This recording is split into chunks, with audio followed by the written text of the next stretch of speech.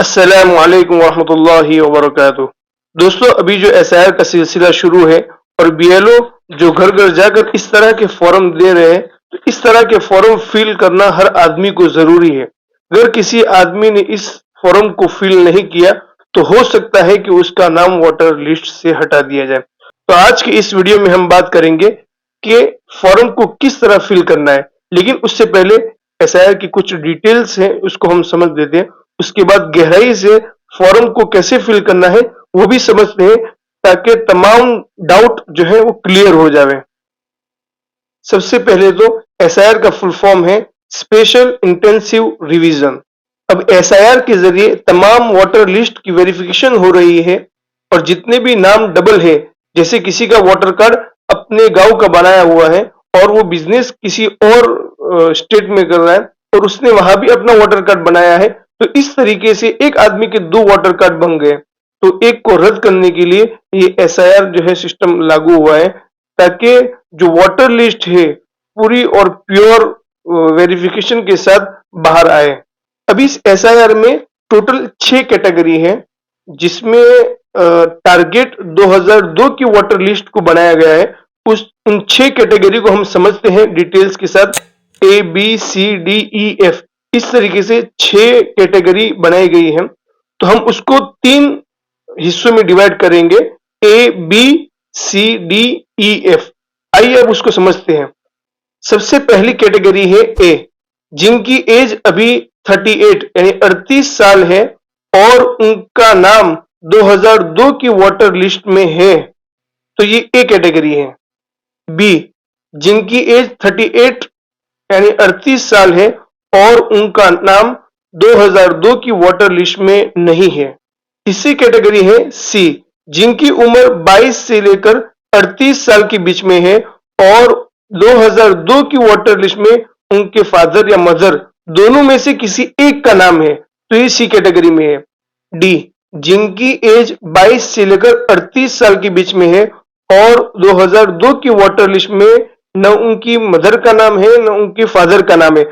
अगर दोनों में से किसी एक का नाम होगा तो वो सी कैटेगरी में है, लेकिन अगर दोनों में से किसी का नाम नहीं है तो वो डी कैटेगरी में आएगा। अब आते हैं ई कैटेगरी पर, जिनकी उम्र 18 से लेकर 21 के बीच में है और 2002 की वोटर लिस्ट में उनकी मदर और फादर दोनों का नाम होना चाहिए। अगर दोनों में से एक का नाम है तो वो आएगा सी कैटेगरी में। ई कैटेगरी में है कि दोनों का नाम होना चाहिए 2002 की वोटर लिस्ट में।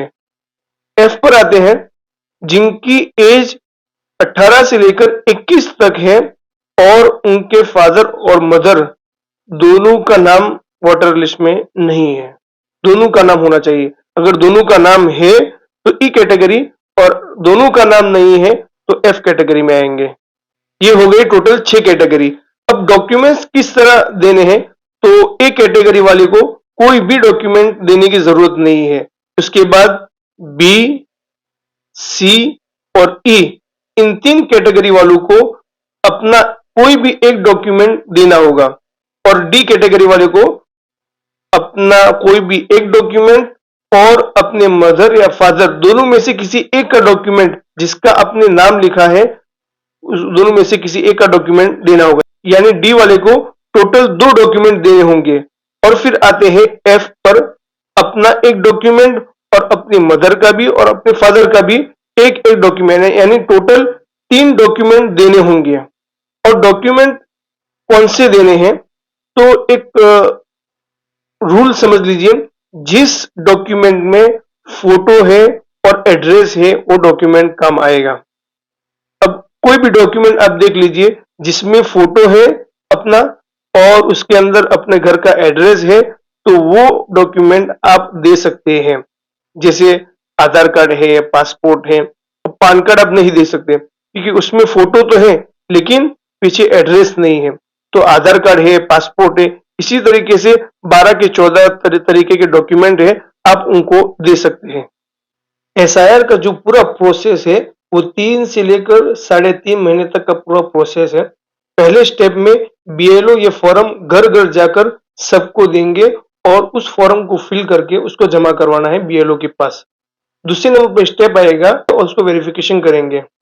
तीसरे नंबर का स्टेप जो है वो करेक्शन का है। अगर किसी को अपना नाम करेक्ट करना है तो वो तीसरे नंबर का स्टेप है, उस वक्त करेक्शन किया जाएगा और उसके बाद एक नई वोटर लिस्ट बनाकर लोगों के सामने पेश की जाएगी और मंजर आम पर आएगी। अब हम आते हैं कि फॉर्म को कैसे फिल करना है। तो हम इस फॉर्म को, जो आपको स्क्रीन पर दिख रहा है, हम उसको 5 हिस्सों में तकसीम करेंगे और ए से लेकर एफ तक तमाम कैटेगरी के फॉर्म को फिल करके देखेंगे कि कैसे हर कैटेगरी के फॉर्म को फिल किया जाता है।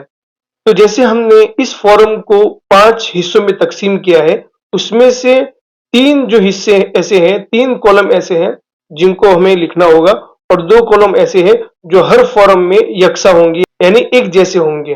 तो स्क्रीन पर जो आप पहला हिस्सा देख रहे हैं वो हम उसको पहला हिस्सा नाम देंगे और वो डिटेल्स पहले से फिल की हुई होगी। सिर्फ एट लास्ट यानी कोने में हमें अपना जो है अपडेट फोटो लगाना है।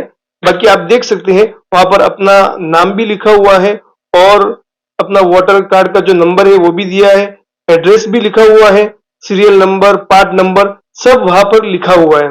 उसके बाद 5वें नंबर का जो हिस्सा है वो तमाम फॉर्म में एक जैसा ही होगा। यहाँ पर अपनी साइन करनी है और नीचे बीएलओ साइन करेंगे। अब रह गए 3 हिस्से, 3 कॉलम। अब उसमें से ऊपर का जो कॉलम है उसमें 2025 की ही डिटेल्स फिल करनी है एज इट इज, यानी 2025 में जैसा आपका नाम लिखा हुआ है और जैसी डिटेल्स आपकी और आपके फादर की है वैसी ही फिल करनी है। और जो नीचे के 2 कॉलम है उसमें 2002 की डिटेल्स फिल करनी है, चाहे वो अपने फादर की हो या अपने मदर की हो। दूसरी बात, ऊपर का जो कॉलम है और नीचे का लेफ्ट साइड का जो कॉर्नर है जो आप स्क्रीन पर देख रहे हैं वो खुद वोटर की डिटेल्स के लिए है। उसमें वोटर की डिटेल्स आएगी, जिसके नाम का जो फॉर्म फिल किया जा रहा है उसकी डिटेल्स उसमें फिल की जाएगी। और जो तीसरे नंबर का कॉलम है राइट साइड वाला, उसमें अपने फादर की या अपने मदर की डिटेल्स फिल की जाएगी 2002 के मुताबिक। तीसरी बात, हमें detail as it is fill करनी है, यानी कि अगर वोटर कार्ड में 2025 में मेरा नाम अब्दुल्ला चौधरी है तो मैं 2025 में जहां पर मुझे डिटेल्स फिल करनी है वहां पर मैं अब्दुल्ला चौधरी ही लिखूंगा।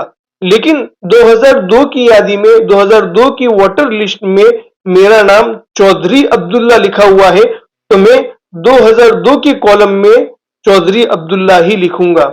और अगर आपने नाम में गलती कर दी तो जब बीएलओ वेरिफिकेशन करेंगे तो वो आपका नाम नहीं ढूंढ सकेंगे, क्योंकि 2002 की यादी में मेरा नाम चौधरी अब्दुल्ला लिखा हुआ है और अगर मैं यहाँ पर अब्दुल्ला चौधरी लिख दूंगा तो उनको वहां पर वो डिटेल्स नहीं मिलेगी, जिसकी वजह से आपका फॉर्म रिजेक्ट हो सकता है या रिटर्न हो सकता है।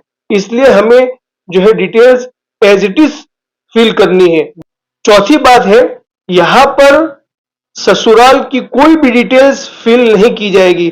अगर कोई लेडीज अपना फॉर्म फिल कर रही है तो हस्बैंड का नाम और हस्बैंड का वोटर कार्ड का नंबर है, उसके अलावा कोई भी डिटेल्स ससुराल की यहाँ पर फिल नहीं की जाएगी। फादर का नाम जहां पर पूछा गया है वहां पर अपने फादर का और अपने मदर का नाम लिखना है, न कि सास और न कि ससुर का।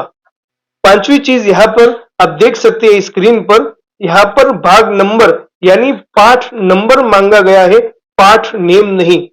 तो यहाँ पर सिर्फ पाठ नंबर ही फिल करना है। इसी तरह आगे लिखा हुआ है अनुक्रम नंबर, यानी यहाँ पर सीरियल नंबर ही फिल करना है, जो कि आपकी वोटर लिस्ट के आगे लिखा होगा। वहां पर आपको पार्ट नंबर भी मिल जाएगा और सीरियल नंबर भी मिल जाएगा। आइए अब हम तमाम फॉर्म को फिल करके देखते हैं। ए से लेकर एफ तक तमाम कैटेगरी के फॉर्म को फिल करते हैं और देखते हैं कि किस तरह के फॉर्म फिल किए जाएंगे। तो आप यहाँ पर स्क्रीन पर देख सकते हैं, मैंने एक यहाँ पर फैमिली का मैप बनाया है जहां पर जैद और आयशा ये फादर और मदर हैं। उनके 3 सन हैं, उमर, बकर और खालिद। और जो फातिमा, जैनब, खदीजा है वो उनकी वाइफ्स हैं। उमर की वाइफ फातिमा है, बकर की वाइफ जैनब है, खालिद की वाइफ खदीजा है। और आयशा जो है वो जैद की वाइफ है, और जैद और आयशा ये है फादर और मदर, और उनके 3 सन जो है नीचे हैं। तो यहाँ पर मैंने इस तरह सेट किया है कि पूरी फैमिली में से A B C D E F तमाम कैटेगरी के लोग यहाँ पर शामिल हैं। तो यहाँ पर जैद और आयशा इन दोनों की एज 59 और 56 है, मतलब 38 से ऊपर है, और इन दोनों का नाम 2002 की वोटर लिस्ट में भी है और 2025 की वोटर लिस्ट में भी है, तो ये दोनों एक कैटेगरी में है। उसके बाद हम नीचे आते हैं, तो यहाँ पर उमर जिसकी एज 39 है और उसका नाम भी 2002 की वोटर लिस्ट में है, जिसकी वजह से उस ये भी एक कैटेगरी में है। तो हमने उसका फॉर्म यहाँ पर फिल किया है, ए कैटेगरी उमर, और यहाँ पर उसकी जो है डेट ऑफ बर्थ लिखेंगे। यहाँ पर उसका आधार कार्ड, ये ऑप्शनल है लेकिन इसको लिख ही देवे। उसके बाद यहाँ पर मोबाइल नंबर है। उसके बाद यहाँ पर पिता या उनके ऊपर का आप नाम लिख सकते हैं, यानी फादर का भी नाम लिख सकते हैं, और जो है अगर फादर नहीं है तो ग्रैंडफादर का भी नाम यहाँ पर लिख सकते हैं। तो यहाँ पर उमर के फादर का नाम जैद है, तो यहाँ पर हमने लिखा जैद चौधरी। अपने मैप के हिसाब से, जो मैंने मैप बनाया है फैमिली का, उस हिसाब से उमर के फादर का नाम जैद चौधरी है।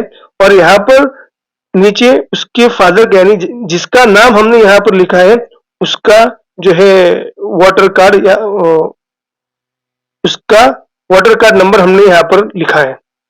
उसके बाद उमर की मदर का नेम उसके बाद उमर की मदर का नाम यहाँ पर हमने लिखा आयशा जैद चौधरी, और उनका जो है वोटर कार्ड नंबर यहाँ पर हमने लिखा है। उसके बाद यहाँ पर लिखा है जीवन साथी नु नाम, यानी वाइफ का नाम। यहाँ पर इंग्लिश में लिखा हुआ है स्पाउस नेम।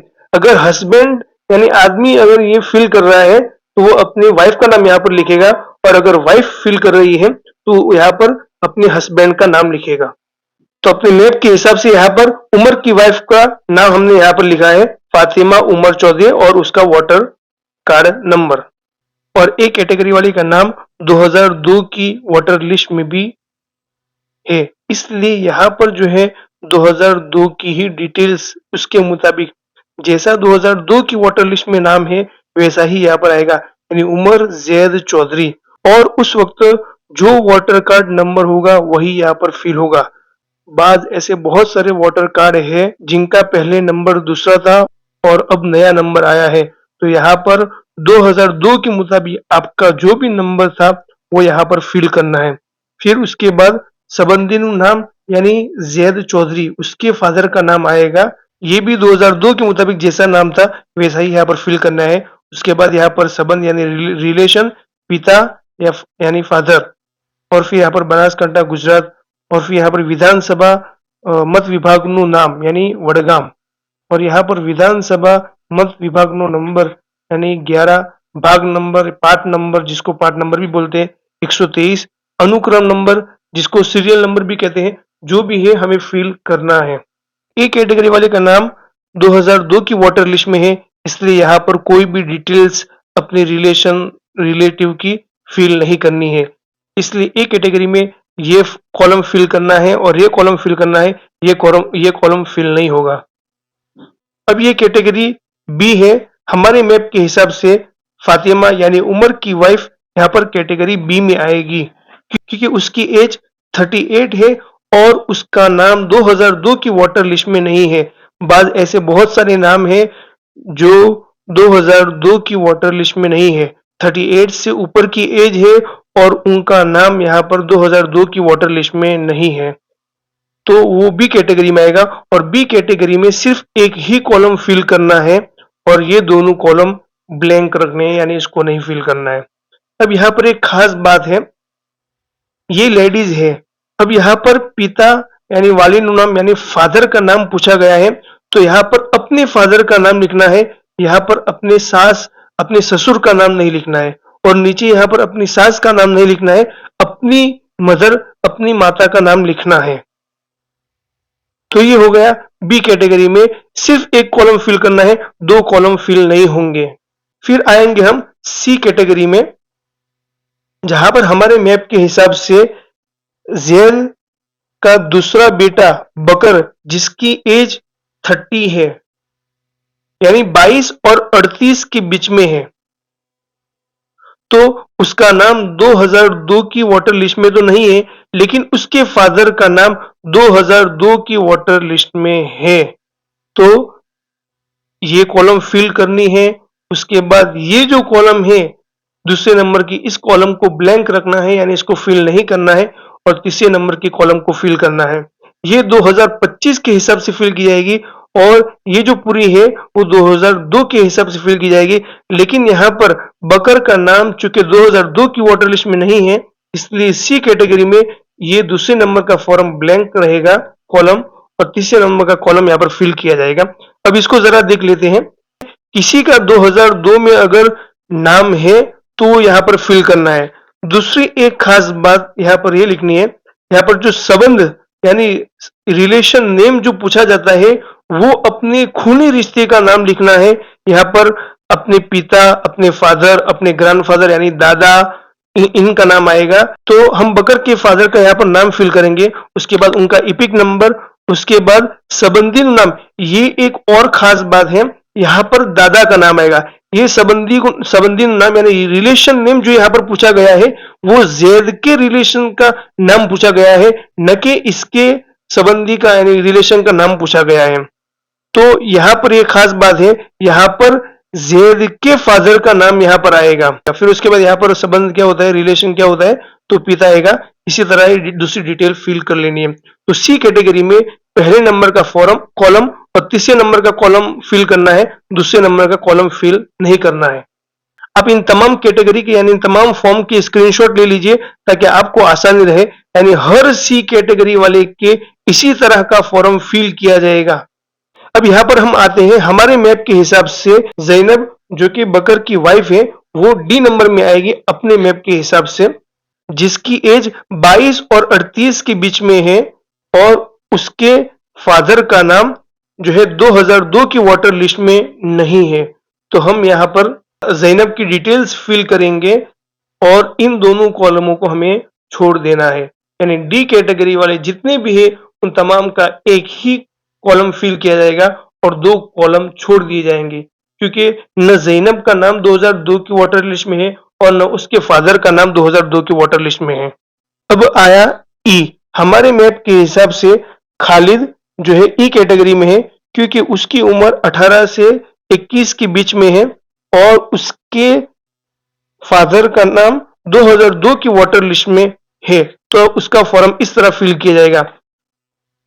सबसे पहले पहले नंबर का कॉलम हम फिल करेंगे, उसके बाद दूसरे नंबर का कॉलम हम छोड़ देंगे क्योंकि खालिद का नाम 2002 की वोटर लिस्ट में नहीं है, और थर्ड नंबर का जो कॉलम है हम उसमें खालिद के फादर की डिटेल्स फिल करेंगे 2002 के मुताबिक, यानी 2002 में जैसा नाम था वैसा ही हम यहाँ पर फिल करेंगे। अब यहाँ पर एक गलती ये करते हैं कि यहाँ पर फादर की डिटेल्स फिल करते हैं और यहाँ पर मदर की डिटेल्स फिल करते हैं। हालांकि ये बिल्कुल गलत है, क्योंकि यहाँ पर सिर्फ वोटर की ही डिटेल फिल की जाएगी 2002 के मुताबिक। अगर नहीं है तो फिर इसको फिल नहीं करना है, इसको ब्लैंक रखना है और यहाँ पर उसके फादर की डिटेल्स को फिल करना है। तो ई कैटेगरी वाले जितने भी हैं उन तमाम का फॉर्म इसी तरह फिल किया जाएगा। फर्स्ट नंबर का कॉलम और थर्ड नंबर का कॉलम, दो नंबर के कॉलम को हम छोड़ देंगे। उसके बाद ये आखिरी फॉर्म है एफ नंबर का। हमारे मैप के हिसाब से खदीजा जो कि खालिद की वाइफ है वो एफ कैटेगरी में आती है, क्योंकि उसकी उम्र 18 से 21 के बीच में है और उसके फादर का नाम 2002 की वोटर लिस्ट में नहीं है। तो यहाँ पर हम खदीजा की जो है डिटेल्स फिल करेंगे और इन दोनों कॉलमों को छोड़ देंगे, क्योंकि न खदीजा का नाम 2002 की वोटर लिस्ट में है न उसके फादर या उसके मदर का नाम 2002 की वोटर लिस्ट में है। तो एफ कैटेगरी वालों के तमाम के फॉर्म इसी तरह फिल किए जाएंगे। पहले नंबर का कॉलम हमें फिल करना है और दूसरे दो जो नीचे दिए गए हैं कॉलम उसको छोड़ देना है। तो उम्मीद करता हूं दोस्तों आपको आसानी से समझ में आ गया होगा। तमाम लोगों के फॉर्म इन 6 कैटेगरी के फॉर्म पर ही डिवाइड किए जाएंगे। उसके अलावा किसी भी सातवें तरीके का फॉर्म फिल नहीं होगा। इसलिए उम्मीद करता हूं आपको ये वीडियो बहुत अच्छा लगा होगा। प्लीज हमारे वीडियो को दूसरों तक शेयर कीजिए, ताकि अगर किसी और को भी इस तरीके से डाउट हो तो उनका डाउट भी क्लियर हो जाए। जज़ाकल्लाहु खैर व अहसन जज़ा।